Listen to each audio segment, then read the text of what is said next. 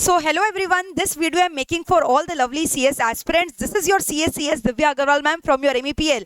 तो भाई आज CS aspirant बहुत ही ज़्यादा खुश होने वाले हैं क्योंकि फाइनली जिस चीज़ का हमें इंतज़ार था वो रिलीज़ हो चुका है। जैसा कि आप देख रहे हो सेबी के LODR रेगुलेशन 2015 में फाइनली अमेंडमेंट ला दिया गया है दोस्तों।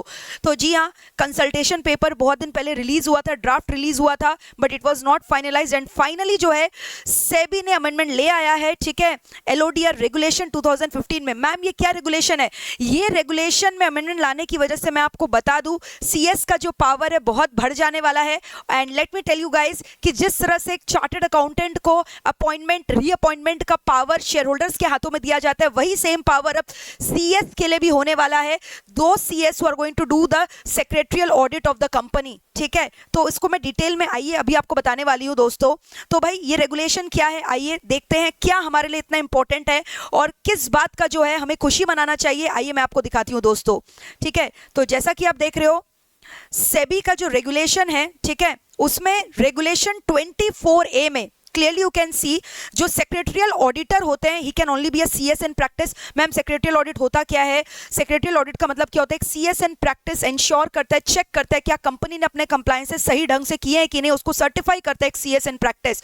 मैम सेक्रेटरियल ऑडिट किसको करवाना पड़ता है? तो जितने भी लिस्टेड कंपनीज है उनको तो करवाना ही पड़ता है। Such other company as may be prescribe as per section 204 of the companies act 2013। ठीक है, आइए हम लोग बात करते हैं लिस्टेड कंपनीज के ऊपर जिसके ऊपर सेबी का रेगुलेशन एप्लीकेबल होता है। पहले क्या होता था ना, जितनी भी लिस्टेड कंपनी जिन्हें एक सेक्रेटरियल ऑडिट करवाना मैंडेटरी होता था उनके लिए CS इन प्रैक्टिस को वो सेक्रेटरियल ऑडिटर रखते थे।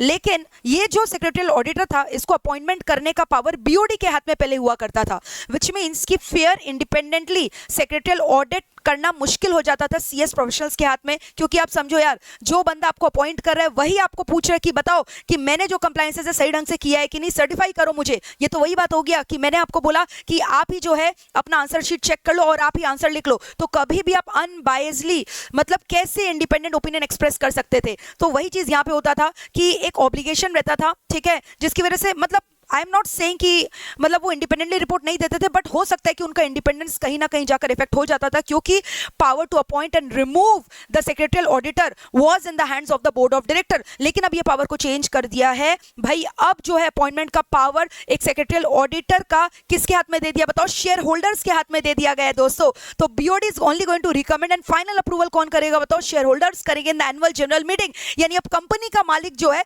वो कंपनी सेक्रेटरी इन प्रैक्टिस को अपॉइंट करेगा as a secretarial auditor of the company, जिससे high degree of fairness, transparency, independence promote होने वाला है। और ये मैं बहुत सालों से आपको बताती आ रही हूं कि भाई ऐसा होना ही है in the long run to promote independence. ठीक है, और ये मैं आपको बता रही हूं कॉस्ट ऑडिट में भी आगे जाकर 148 के अंडर होने वाला है, कंपनीज एक्ट के अंडर भी अमेंडमेंट आएगा। और अभी एज ऑफ नाउ सेक्शन 204 में अमेंडमेंट नहीं आया है, ये सेबी के रेगुलेशन में अमेंडमेंट आया है, which means it becomes applicable for the listed company. तो आइए मैं आपको दिखाती हूं क्या बोल रहा है यहाँ पे।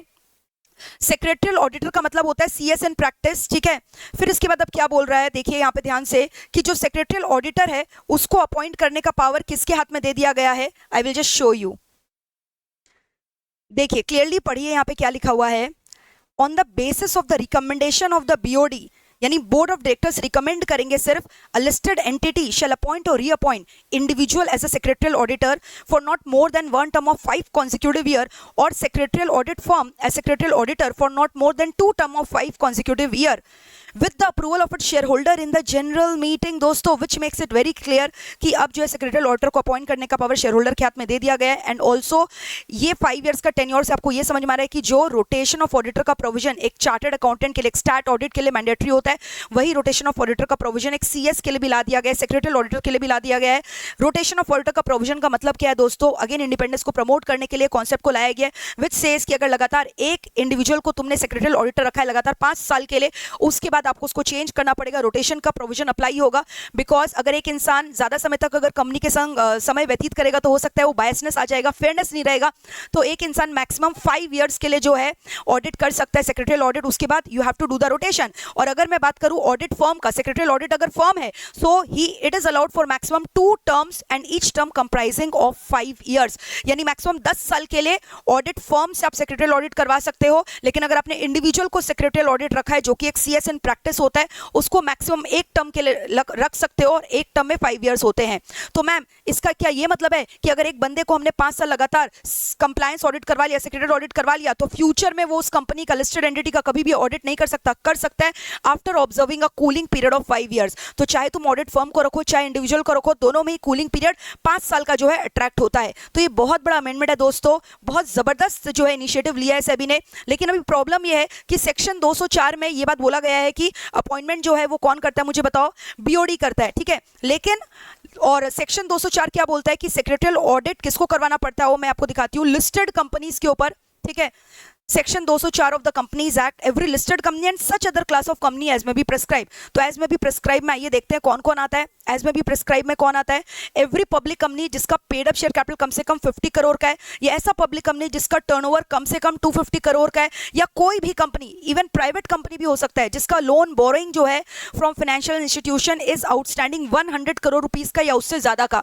तो इनको जो है सेक्रेटरियल ऑडिट करवाना मैंडेटरी है। लेकिन अगेन अभी सेबी के रेगुलेशन में अमेंडमेंट आया है और सेबी का रेगुलेशन सिर्फ लिस्टेड एंटिटीज के ऊपर एप्लीकेबल है। यानी अभी भी आप देख रहे हो कि ऐसी पब्लिक कंपनी जो लिस्टेड नहीं है और जो ये सारे लिमिट को सेटिस्फाई कर रही है, इनको अभी भी जो है ये वाला जो पावर है सीएस का इनके लिए एप्लीकेबल नहीं है, ठीक है। बट मुझे ऐसा भरोसा है कि बहुत ही जल्द आप देखोगे सेक्शन 204 को भी अमेंड किया जाएगा। राइट नाउ लिस्टेड एंटिटी के लिए जो है ये एप्लीकेबल है कि लिस्टेड एंटिटी का जो सेक्रेटरियल ऑडिटर है ना, वो अपॉइंटमेंट करने का पावर किसको दे दिया बताओ? शेयर होल्डर्स को दे दिया गया है, ठीक है। जो बहुत ही अच्छा मूव है, बहुत ही अच्छा इनिशिएटिव लिया है, ठीक है, सेबी ने। और हम उम्मीद करते हैं कि सेक्शन 204 में भी अमेंडमेंट बहुत ही जल्द आएगा। इफ़ यू वांट गाइस कि सेक्शन 204 में भी अमेंडमेंट आए, एक बार कमेंट करके बताओ आपका क्या व्यू पॉइंट है इसके बारे में दोस्तों, ठीक है। और ये होना ही है यार, अगर इंडिपेंडेंट आपको प्रमोट करना है इंडिपेंडेंस के कॉन्सेप्ट को, तो डेफिनेटली आपको जो है power of appointment and removal of the secretarial auditor should be given to the share holders, ठीक है। और बहुत अच्छा इनिशिएटिव लिया है। रोटेशन ऑफ ऑडिटर का प्रोविजन को भी एप्लीकेबल कर दिया, just like in case of statutory auditor, ठीक है, जो कि हर कंपनी करवाता है। और स्टैट्यूटरी ऑडिट करने का पावर सीएन प्रैक्टिस के पास है। और कॉस्ट ऑडिट जो है वो सीएमएन प्रैक्टिस करता है, सेक्शन 148 उसको कवर करता है। उसमें भी बहुत ही जल्द आप देखोगे अमेंडमेंट आएगा। और वैसे ही कॉस्ट ऑडिटर को भी अपॉइंट और रिमूव करने का पावर शेयर होल्डर्स को दे दिया जाएगा बहुत ही जल्द, मैं ये उम्मीद करती हूँ दोस्तों। सो फेयर एनफ, क्योंकि आपको पता है सीए, सीएस, सीएमए तीनों ही जो कोर्स है, इसको इंडियन पार्लियामेंट ने रिकॉग्नाइज किया है अलग अलग एक्ट्स के तहत। तो बिल्कुल जो है बहुत अच्छा इनिशिएटिव लिया है टू प्रमोट दिस प्रोफेशनलिज्म। तो भाई सीएस एस्पिरेंट्स, आपको चिंता करने का दरकार नहीं है, आपका स्कोप और ज़्यादा फ्यूचर में बढ़ने वाला है, क्योंकि इतना ज़्यादा हद तक जो है इंडिपेंडेंस को प्रमोट किया जा रहा है, ठीक है। और जो लॉ मेकर्स हैं हमारे कंट्री के, वो बहुत जल्द मुझे ऐसा लगता है सेक्शन 204 में भी अमेंडमेंट लेकर आने वाले हैं दोस्तों। तो कैसा लगा ये वीडियो कमेंट करके जरूर बताओ, और एक बार लिख दो proud to be a CS aspirant. All the very best guys, rock your exams. Thank you so much.